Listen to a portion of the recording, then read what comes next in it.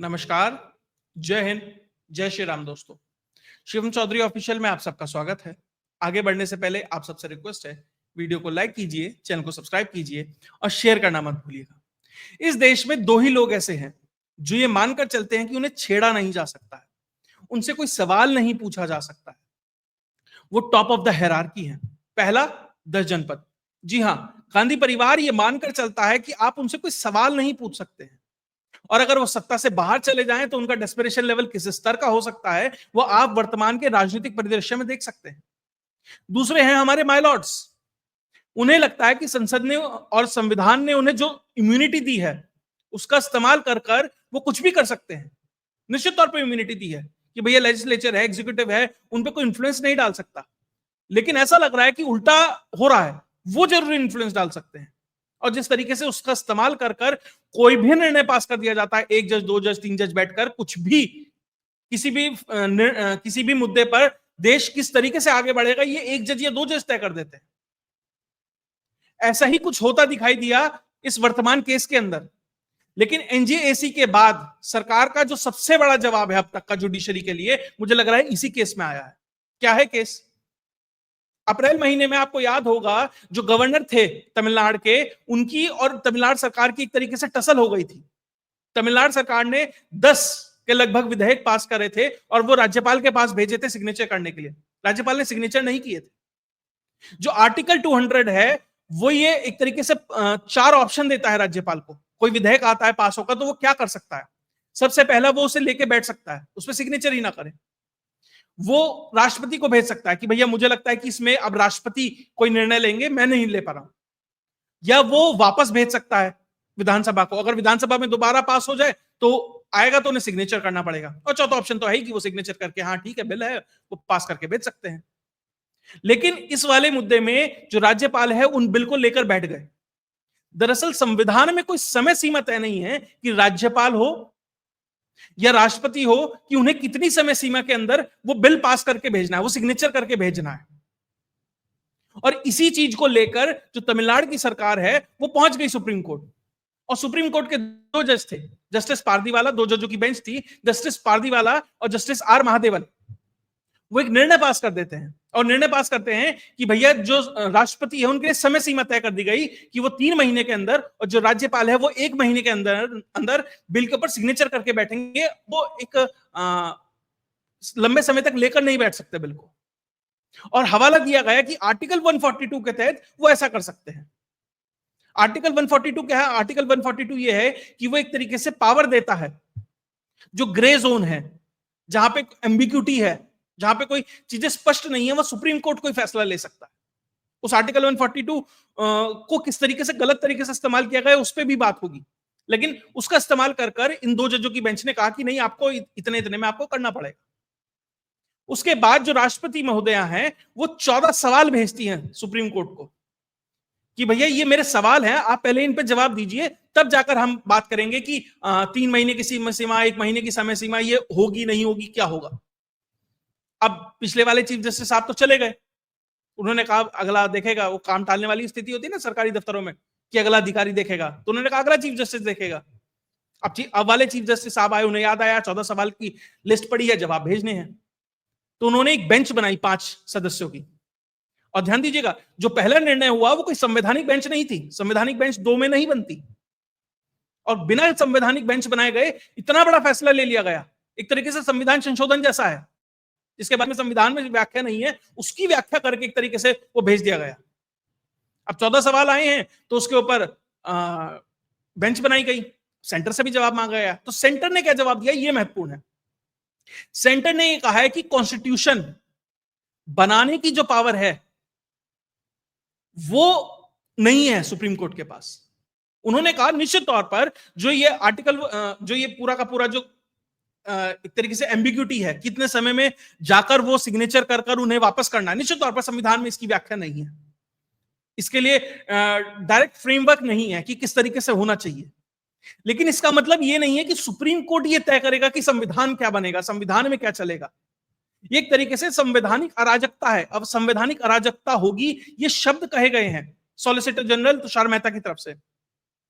उन्होंने कहा कि भैया ये जो आर्टिकल 142 है आपको असाधारण शक्तियां देता है, लेकिन आप संविधान नहीं बना सकते इससे। होना यह चाहिए था, अगर आपको ये लगता है कि समय सीमा तय नहीं है, आप कह सकते थे कि संसद तय करे, सरकार तय करे, संविधान संशोधन लाया जाए और जो ये ग्रे एरिया है इसको ठीक किया जाए, बजाय इसके कि सुप्रीम कोर्ट ये कहे विधायिका को कि नहीं नहीं ये ऐसे नहीं ऐसा होगा। और पहली बात, ये 3 महीने आपने तय कैसे कर लिया कि 3 ही महीने होगा, 6 नहीं होगा, 2 नहीं होगा, 1 नहीं होगा, साल भर नहीं होगा? जो राष्ट्रपति है वो किसी के अधीन नहीं आता है। प्रधानमंत्री हो, सरकार हो, संसद हो, वो सबसे ऊपर है, सुप्रीम कोर्ट हो उससे ऊपर है। जो सुप्रीम कोर्ट के चीफ जस्टिस है उनकी शपथ भी राष्ट्रपति दिलाता है। जो सारे राज्यपाल हैं वो भी किसी के अधीन नहीं आते, हाँ वो राष्ट्रपति के अधीन आते हैं। वो राष्ट्रपति एक तरीके से राष्ट्रपति के रिप्रेजेंटेटिव हैं स्टेट्स के लेवल पर। लेकिन किस तरीके से मनमाने ढंग से कुछ भी कर दिया जाता है, तो सेंटर ने साफ कह दिया सुप्रीम कोर्ट को कि भैया आप जो कुछ भी तय कर देते हैं, जो जुडिशियल ओवररीच है, जुडिशियल एक्टिविज्म है, कि हम बताएंगे इस देश को कैसे चलाना है, हम बताएंगे कि संसद कैसे चलेगी, हम बताएंगे कि संविधान कैसे बनेगा, ये तो नहीं हो सकता ना। आपका सबका जो रास्ता है वो तय किया गया है, जो ड्यूटी है वो तय की गई है।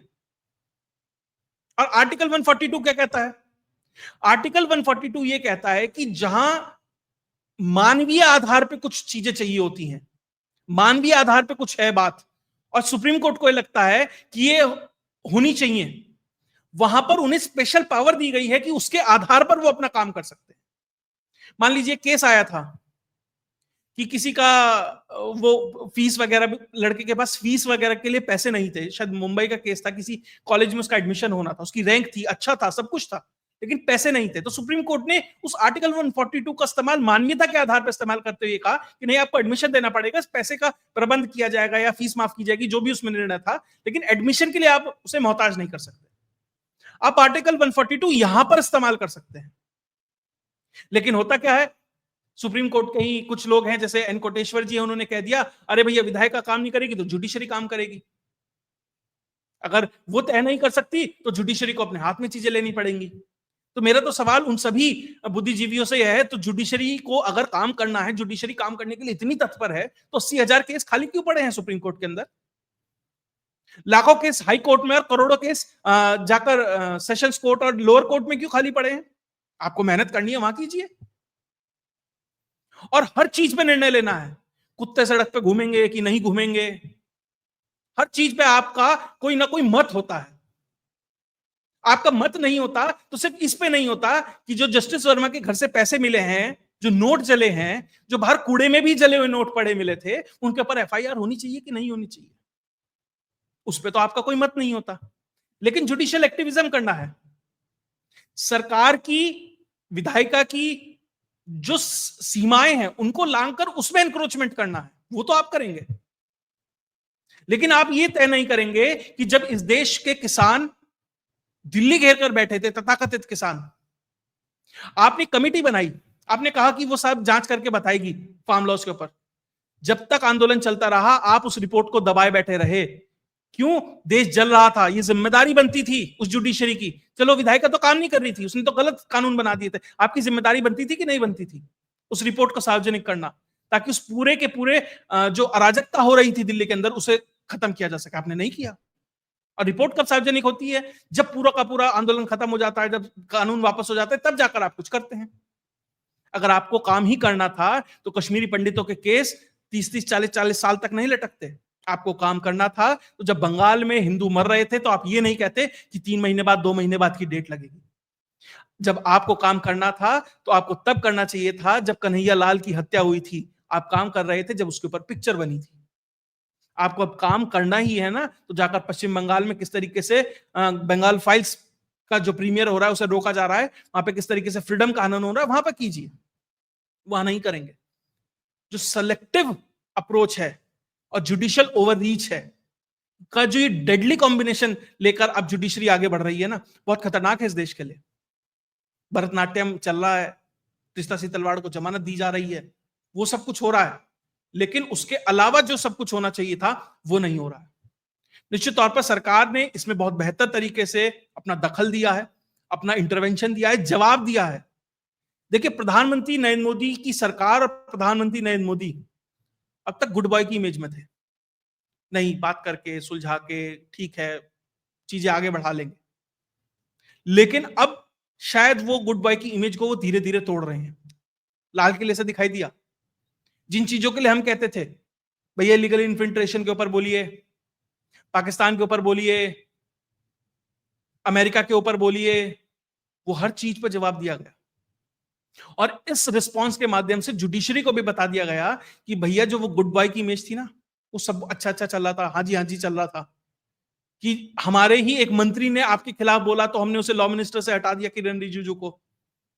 भैया हमारे ही उपराष्ट्रपति ने किस तरीके से आपके खिलाफ बोला, अब धनखड़ साहब तो खुल के मैदान लेके खड़े ही थे, तो उनकी भी एक तरीके से साइडलाइन कर दिया गया। हमने तो आपकी इतनी इज्जत रखी, आपको इतना बचाया, लेकिन होता है ना कि हर एक को वो रास नहीं आता, तो सरकार ने कहा ठीक है, एक सीमा होती है, उसको जिस तरीके से धीरे धीरे आप एनक्रोच कर रहे हैं, जैसे चाइना करता है ना भारत की सीमाएं एनक्रोच, तो ये भी ऐसे ही हो रहा था। तो सरकार ने कहा कि नहीं, आप तय नहीं करेंगे कि संविधान कैसे बनेगा या चलेगा, ये तय करने का अधिकार देश की 140 करोड़ की जनता ने संसद को दिया है, संसद तय करेगी।